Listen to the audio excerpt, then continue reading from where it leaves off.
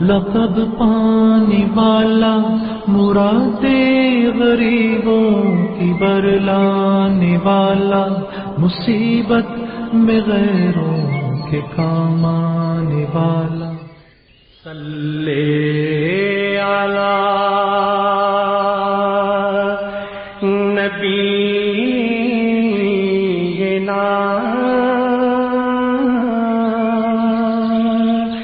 صلی علی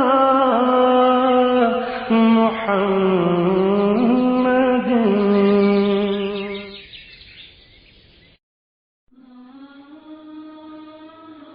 مکہ میں تمام کفار مکہ کے دل ابھی صاف نہیں ہوئے تھے، کسی کسی کے دل میں ابھی کھوٹ باقی تھی۔ فتح مکہ کے دوسرے دن کا واقعہ ہے کہ حضور کعبۃ اللہ کا طواف فرما رہے تھے۔ عمیر کا جوشیلا بیٹا فضالہ گھات میں تھا۔ اس نے دیکھا کہ حرم میں لوگوں کی اس وقت بھیڑ نہیں ہے، اکا دکا آدمی آ جا رہے ہیں۔ رسول اللہ کے جسم پر کوئی ہتھیار بھی نہیں ہے، بالکل نہتے ہیں۔ ایسا موقع پھر نہیں آئے گا، لاؤ قاتلانہ حملہ کر کے ان کا کام تمام کر دوں۔ محمد قتل ہو گئے تو مکہ کی تاریخ کا رخ اسی آن بدل جائے گا۔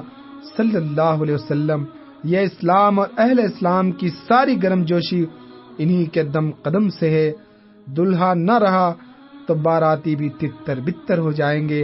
اس شخص نے ہماری آبائی عظمت کے صحیفوں کو پارا پارا کر دیا۔ قصی اور عدنان کی روحیں تڑپ رہی ہوں گی کہ قریش کا وقار خاک میں مل گیا۔ فضالہ تلوار ابا میں چھپائے ہوئے رسول اللہ کے نزدیک آیا۔ کیا فضالہ آ رہا ہے؟ رسول اللہ نے دریافت فرمایا، جی ہاں، میں فضالہ ہی ہوں۔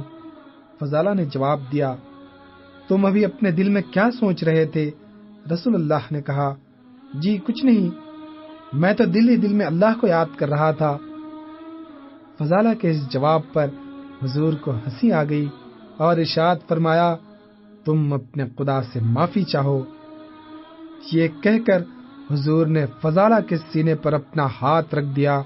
فضالہ کہتے ہیں کہ اس سے پہلے میرے دل میں رسول اللہ کی ذات سے بیزاری تھی، مجھے جھنجلاہٹ آتی تھی کہ ان کی بدولت ہم قریش کی خاندانی عظمت پامال ہو گئی، مگر حضور کے دست مبارک کے مس ہوتے ہی میرا سینہ سکون و اطمینان کا گنجینہ بن گیا اور آپ کی محبت اور عقیدت کا دریا جوش مارنے لگا۔ فضالہ مکے کے نوجوان تھے جن کی راتیں جام و مینا اور پریوشوں کے جھرمٹ میں بسر ہوتی، شراب پی، نشہ ہوا اور بہت سی ہوسناک آغوشوں کو پذیرائی کے لیے تیار پایا۔ پاک بازی کے تصور سے اہل مکہ کی دنیا کوسوں دور تھی۔ گانا بجانا، پینا پلانا، نامحرم عورتوں کے ساتھ اختلاط، قمار بازی، فحش باتیں، ہر شخص کی یہ تمنا اتنی برس پڑے کہ نہا لوں شراب میں۔ فضالہ جب حضور رسول کریم علیہ الصلوۃ والتسلیم کے پاس سے واپس ہوئے تو راستے میں ان کی محبوبہ کا گھر پڑتا تھا۔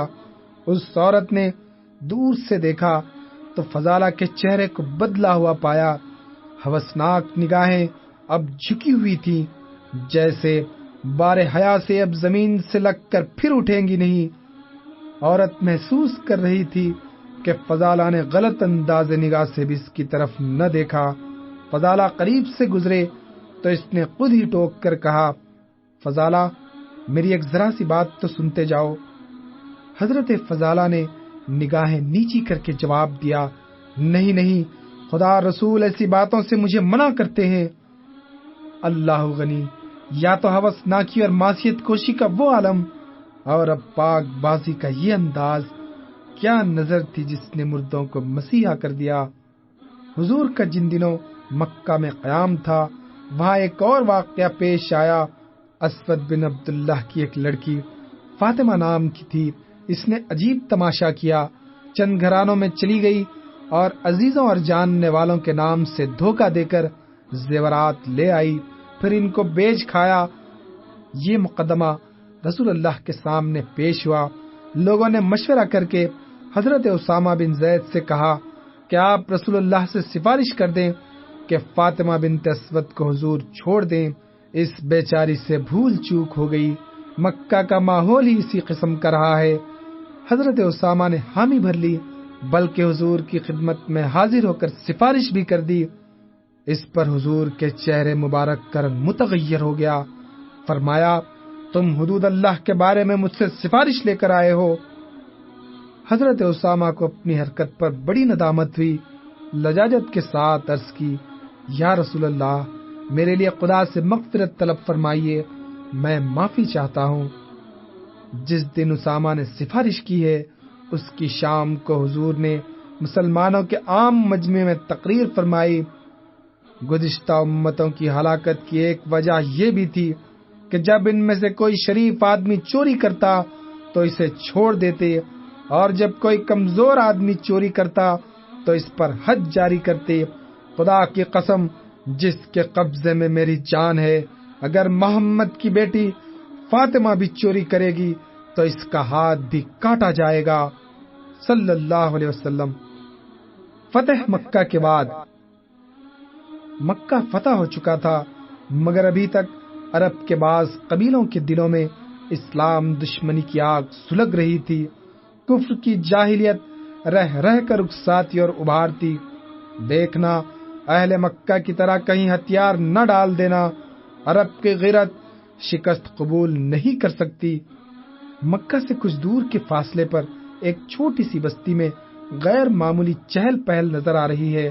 لوگ قیموں اور قصپوش مکانوں میں آ جا رہے ہیں، ہر شخص کسی تیاری میں ہے، ترکشوں میں تیر ڈالے جا رہے ہیں، کمانوں کو آزمایا جا رہا ہے اور تلواریں اکٹھی کی جا رہی ہیں۔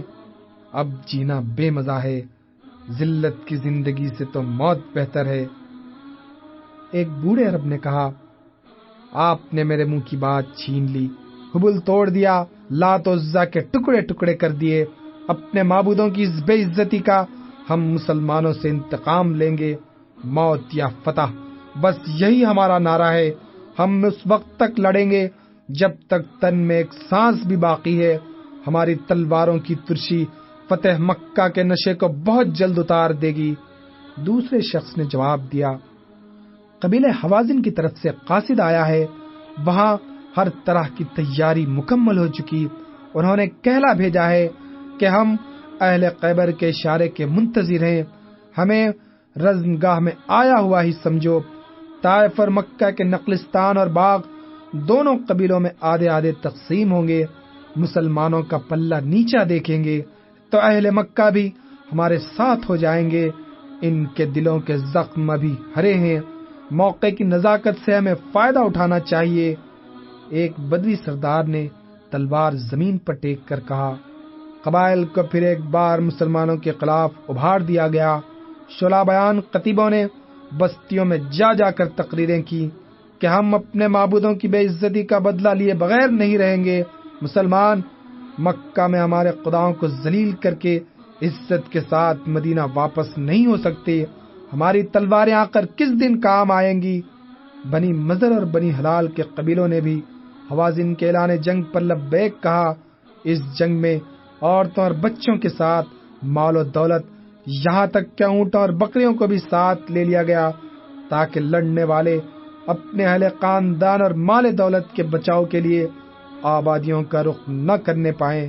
حضور کو جب قبیلوں کی اس جنگجوانہ تیاری کا علم ہوا تو آپ جانثار صحابہ کو لے کر مکہ سے آگے بڑھے۔ حرم کے متصل حضور جنگ کرنا نہیں چاہتے تھے، مسلمانوں کی فوج میں اضافہ ہوتا جاتا تھا۔ خود مکہ کے 2000 اشخاص اسلامی فوج میں شریک ہو گئے۔ ان میں وہ افراد بھی تھے جو حال ہی میں ایمان لائے تھے۔ 9 مسلموں کے علاوہ جن بت پرستوں سے معاہدہ ہوا تھا، ان کے لوگ بھی لشکر اسلام میں بھرتی ہو گئے اور یہ تعداد بڑھتے بڑھتے 12,000 تک پہنچ گئی۔ فوج کی کثرت دیکھ کر دلوں میں کچھ غرور سا پیدا ہو گیا۔ کافروں کی فوج سے جیش اسلام کا مقابلہ ہوا۔ قبائل نے پہلے ہی سے اپنی فوج کو ایک ایسے مقام پر سب فارغ کر رکھا تھا جہاں سے مسلمانوں پر بڑی آسانی کے ساتھ تیر برسائے جا سکتے تھے۔ کافروں نے پوزیشن لے کر مسلمانوں کے فوج پر تیروں کا مے برسا دیا۔ آگے کے دستے پر تیروں کی بھرپور زد کر پڑی، زخمی فرش خاک پر گرنے لگے۔ تیروں کا اولوں کی طرح تانتا بندھا تھا۔ مسلمان فوجیوں کو سر اٹھانے، سوچنے اور اس نازک صورتحال کے لیے کوئی تدبیر کرنے کی مہلت ہی نہ ملی۔ چاروں طرف موت ہی موت دکھائی دیتی۔ لوگ بدحواس ہو کر بھاگ نکلے۔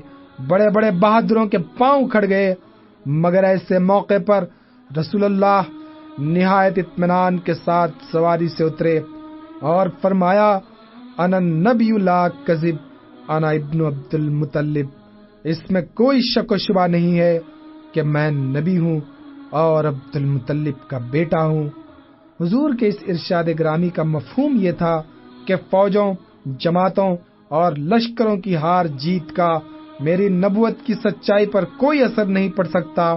میری خود ذات اپنی جگہ صداقت کا معیار ہے۔ صلی علی نبینا صلی علی محمد۔ سلام اس پر کہ جس نے بے کسوں کی دستگیری کی، سلام اس پر